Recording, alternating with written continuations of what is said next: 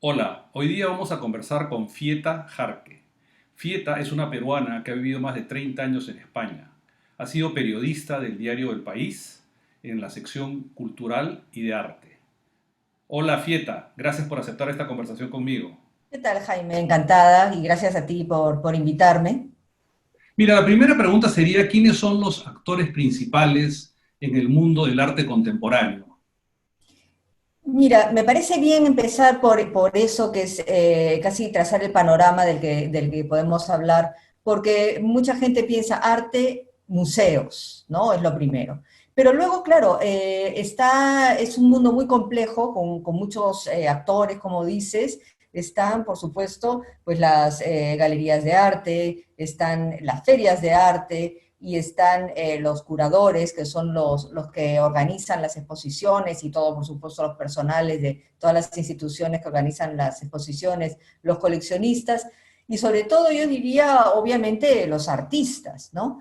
Que muchas veces en todo este, digamos, exceso que hay a veces de información, casi quedan como relegados a un papel secundario, ¿no? Porque lo cierto es que en los últimos años el arte contemporáneo ha tenido mucha prensa y a veces mucho más, qué sé yo, las grandes fortunas que se mueven alrededor, cuando la vida del artista, el artista de talento, pero digamos no las superestrellas, es una vida muy dedicada y a veces muy frágil también, porque depende mucho de si vende, no vende, y claro, a veces es hasta, digamos, un poco informal en ese sentido, ¿no?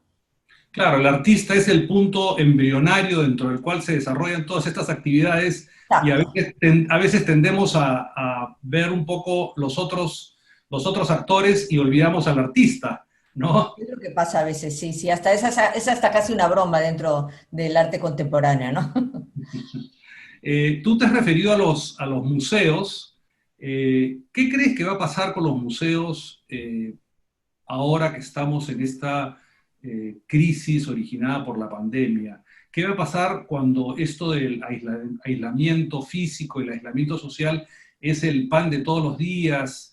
¿Qué va a pasar de aquí en adelante, en tu opinión? Mira, yo creo que nos hemos visto de pronto ante unas nuevas reglas de juego. La primera regla de oro es el distanciamiento social y la higiene. Eso rige para todo. Y sobre todo también, por supuesto, en todos los sitios donde hay o puede haber aglomeración de gente, ¿no? Los museos suelen o tendían y querían eso, porque claro, cuanto más visitantes que pagaran su entrada, pues mejor se sostenía la economía del museo, ¿no? De pronto, ya, aunque ya hace tiempo que habían visitas virtuales, a exposiciones y incluso dentro de las propias webs y todo esto, claro, eso es algo caro, no se lo puede permitir todo el mundo, pero ahora ya va a ser casi la regla general porque yo pienso que de aquí a los próximos meses el museo que no tenga una visita virtual es como si hubiera cerrado por completo, como si no existiera casi, ¿no? Porque, claro, es una manera de mostrarse y ser accesible. Ahora bien, claro, hay justamente por eso una avalancha tremenda, ¿no? De visitas, de videos, y la gente pues puede picar un poquito de aquí y un poquito de allá. Difícilmente, aunque tengamos ahora mucho más tiempo del que teníamos antes y muchas ganas a veces de encontrar cosas nuevas, se consigue digamos, en los formatos actuales, la concentración que puede uno requerir para visitar, pues, o mirar con atención las obras de arte de los museos, ¿no? Entonces, yo creo que ya se están reformulando mucho esas sistemas de visita y de incluso de supervivencia para muchos de ellos, ¿no? Porque también todos los eventos que se hacen alrededor, no solo las exposiciones, sino dentro de los museos, educativos, conferencias, incluso reuniones, cócteles y ese tipo de acontecimientos que reunían a mucha gente en las inauguraciones o incluso algunos también alquilan sus salas o algunas salas, no las de exposición, para hacer eventos, ¿no? O sea, la economía de los museos se va a ver muy afectada, ¿no? Ahora, la experiencia del usuario, del visitante, también va a ser distinta, ¿no? Porque, claro, nunca va a ser lo mismo una visita virtual que una visita real, ¿no? Por supuesto. Aunque yo he visto algunas que son, que tienen algo mejor que la visita real. Y es que a veces se acercan mucho al detalle de una obra. Cuando hay, por ejemplo, un curador que te explica el detalle de tal pintura o de tal referencia, es un privilegio poder hacerlo a un nivel que el ojo pues no va a conseguir y sobre todo porque a veces son chiquitas, a veces son pequeñas las pinturas o no puede uno acercarse tanto, ¿no? Pero Entonces, quizás lo que vamos a poder es de repente una combinación, en el sentido que, porque yo creo que la visita, la aproximación a la obra de arte en sí, es una experiencia un poco más personal quizás. Entonces, de repente, en nuevos protocolos para que, respetando el distanciamiento social, podamos mantener las visitas a los museos y de repente complementarlo con estas cosas tan interesantes que dices tú, que es aprender un poco ya de regreso a nuestras casas lo que hemos visto y las explicaciones y las teorías y todo alrededor de la obra de arte que hemos visto, ¿no? bueno, vamos a ver, porque fíjate tú, a veces, y sobre todo en los grandes museos masificados, yo como vivo en Madrid hace muchos años, aunque también vivo parte del tiempo en Lima, ves la inmensa cantidad de gente que en realidad no está viendo la obra de arte, Ah, ¿no? Están ahí para decir que estuvieron, no se detienen ni 5 segundos delante de la obra, si intentan por todos los medios cuando les permiten hacer una fotito, hacen una foto y ya lo decía Susan Sontag hace muchos años, ¿no? Sobre la fotografía, que de todas estas digamos, hordas de turistas, ¿no? Que se pasan el rato todo haciendo fotos y cuando llegan a su casa recién van y ven las fotos, ¿no? Entonces claro. dicen, yo estuve ahí, pero claro, no viven el momento. Esto puede, para los que realmente les puede interesar el arte, puede ser también, o quieran aprender, o sea, estas visitas virtuales son una preparación y crean un poco la anticipación y las ganas de ver la obra original, ¿no? Tal vez alguien, el otro día vi un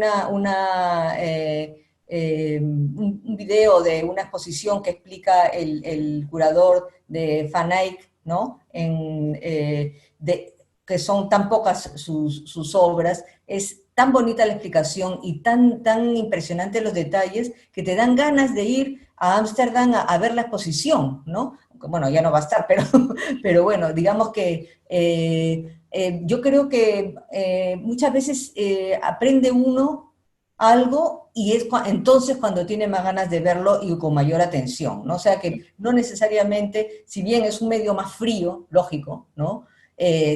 También pues tiene esa parte de aprendizaje que con esta nueva disposición del tiempo propio, privado que estamos teniendo, sobre todo ahora en el confinamiento, puede ser positivo si uno tiene pues la voluntad o el interés o el deseo, ¿no? Ujú. Ahora, ¿qué va a pasar en el mundo de las artes plásticas? ¿Cómo ves tú que en los próximos meses, digamos, ya un poco hablando de los artistas nuevamente, Ujú. qué cosas van a cambiar?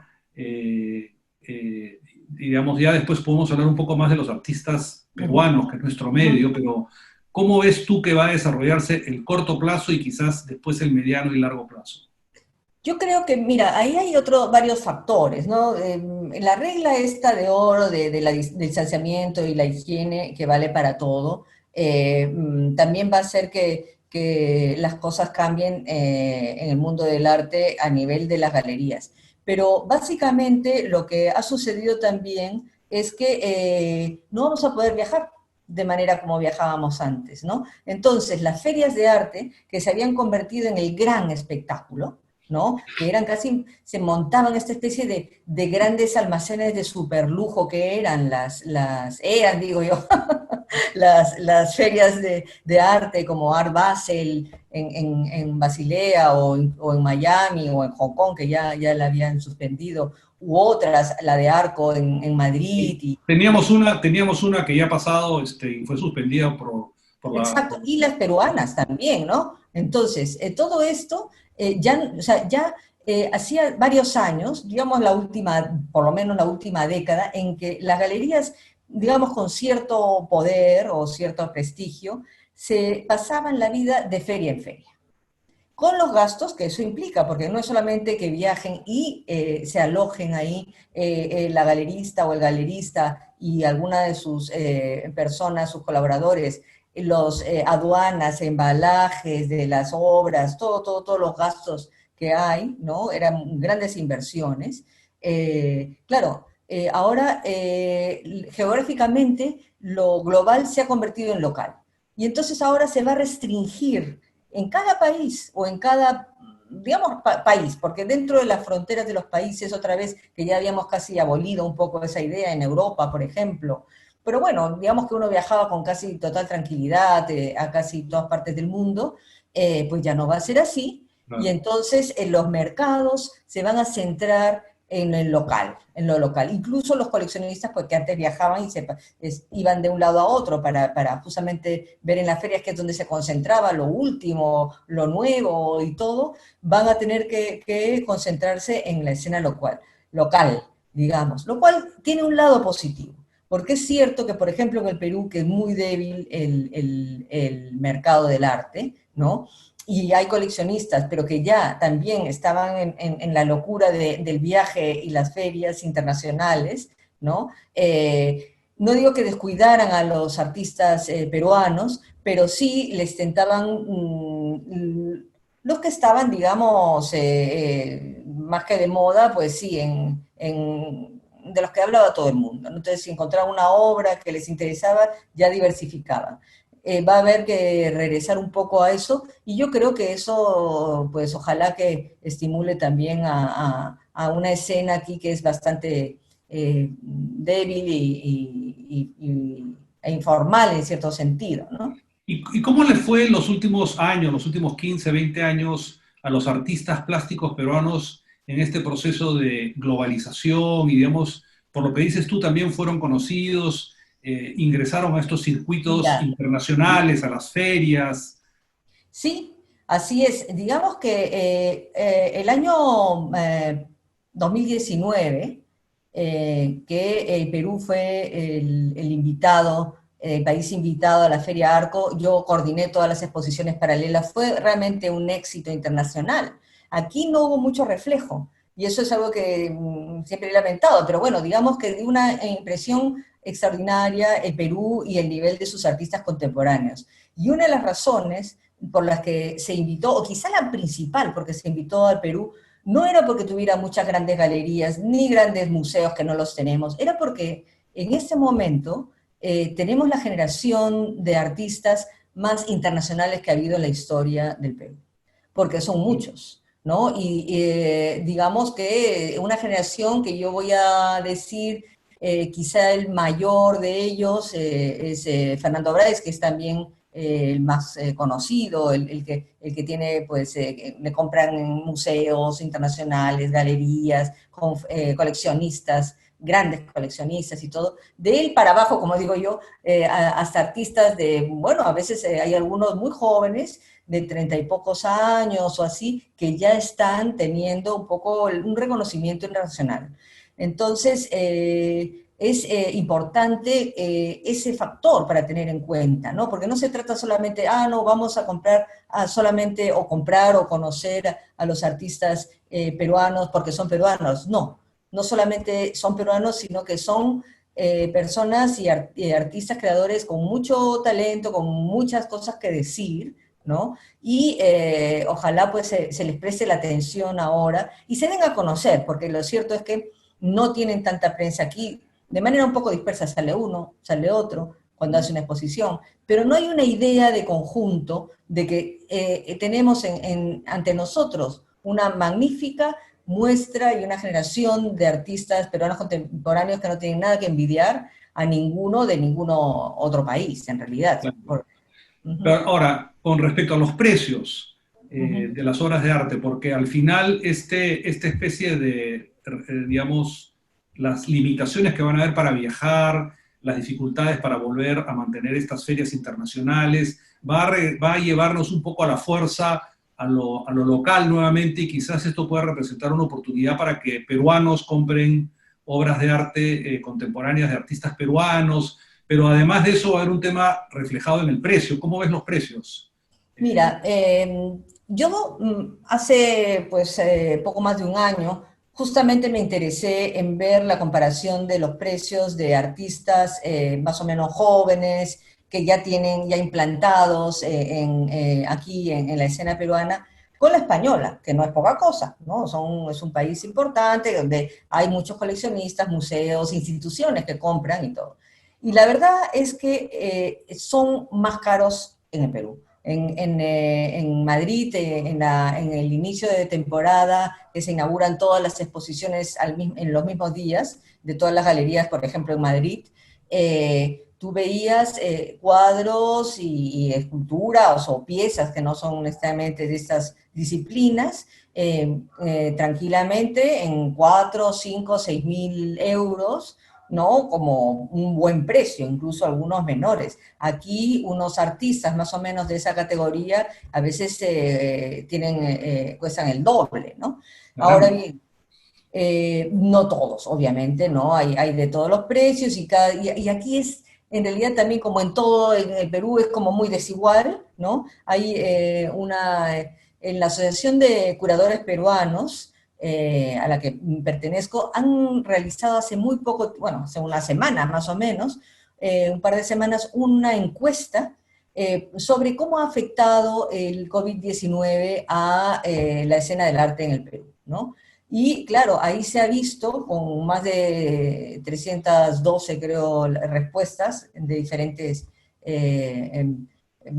disciplinas, ¿no? Desde curadores, artistas y otros profesores y todo eso, que claro, la mayor parte, sobre todo los artistas, viven de una manera, digo informal en el sentido de que no tienen nunca, obviamente, entradas regulares, económicas, ni mucho Llega, menos, claro. los precios son muy desiguales y una de las propuestas que hacían, luego si quieres te doy el link para que la gente pueda ver esa encuesta que es muy Sí, interesante me y que gustaría, además me tiene unas gustaría. propuestas muy buenas, ¿no? Que no son, aparte de las que le han pedido al Ministerio de Cultura, unas para digamos, reavivar aquí el mercado del arte, entre Ujú. ellas de alguna manera revisar los precios, ¿no? Porque las galerías, desde hace algunos años, ya están cobrando casi todas el 50%.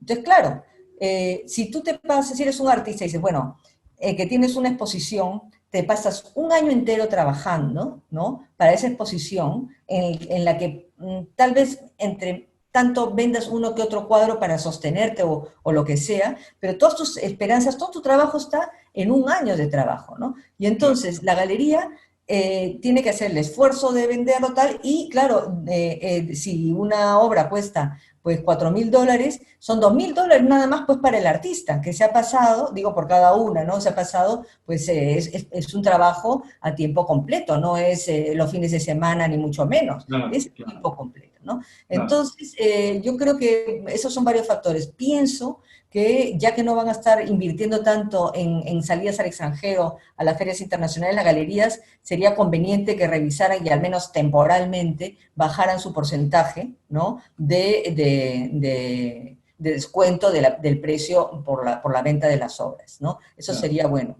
Y por otro lado, también que hicieran, por supuesto, las galerías van a cobrar un nuevo papel o van a recuperar uno que tenían, ¿no? Aquí en este país tampoco hay museos, aunque no hay inauguraciones, ya están en otros sitios diciendo, bueno, no va a haber un cóctel de 7 a 9, pero todo el día va a estar abierto el día de la presentación de la exposición, Ah, todo el claro. día para que la gente vaya yendo poquito a poco, ¿no? Y que esté el artista todo el día y haga a pequeños grupos unas pequeñas visitas, ahí Claro, distanciados, algo mucho más cercano, en realidad mucho mejor, más cercano a una buena visita a una exposición, ¿no? Entonces hay que ver también los lados positivos.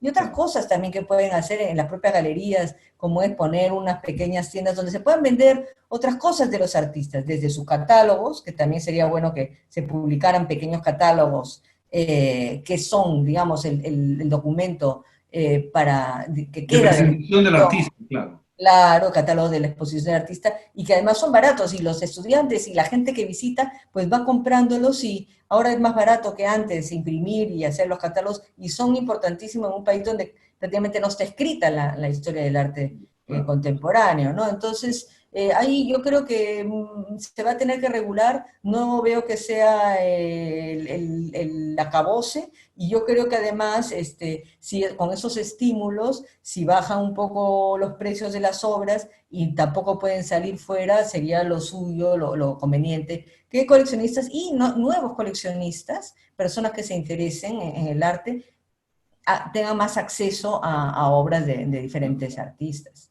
¿no? Claro, Fieta, ya para ir terminando, el Perú es un país muy rico culturalmente, tenemos cultura precolombina, virreinal, contemporánea, moderna. Este, ¿Cuál debería ser el rol del Estado? ¿Tú crees que, digamos, debería priorizar algunas de estas? Porque, claro, tu especialidad es el arte más contemporáneo, pero tenemos un bagaje tan rico. Quisiera saber tu opinión sobre cuál debería ser el rol del Estado en esta labor de promoción cultural. Ujú.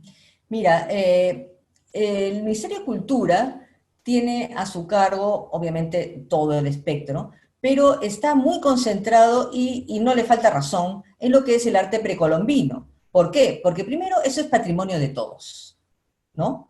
Y además hay tantos yacimientos y hace falta tanto dinero para conservarlos, explotarlos, seguir investigando, en fin, buena parte del presupuesto y el interés del Ministerio de Cultura es el arte precolombino. El arte tanto virreinal, republicano y moderno, contemporáneo, casi todo está en manos privadas.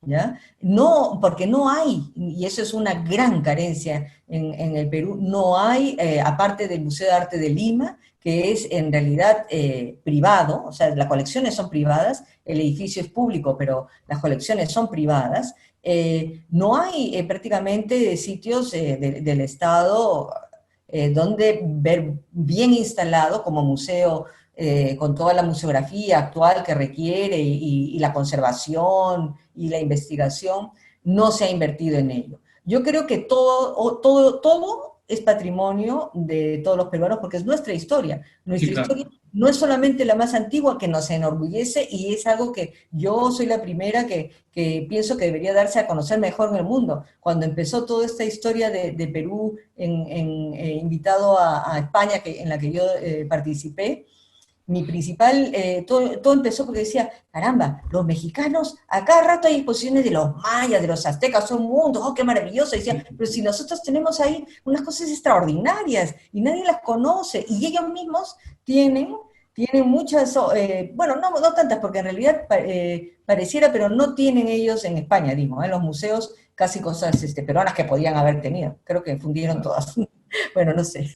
Bueno, Pero entonces ahora vamos a revalorizar eso después de estos días de reflexión y las lecciones que vamos a aprender de esta pandemia que nos ha afectado tanto, nada, pero quería agradecerte mucho, Fieta, por haberte tenido esta pequeña conversación conmigo. Ha sido muy ilustrativa y tus puntos de vista sobre lo que se viene en el futuro, así que muchas gracias y espero tener ocasión de volver a conversar contigo.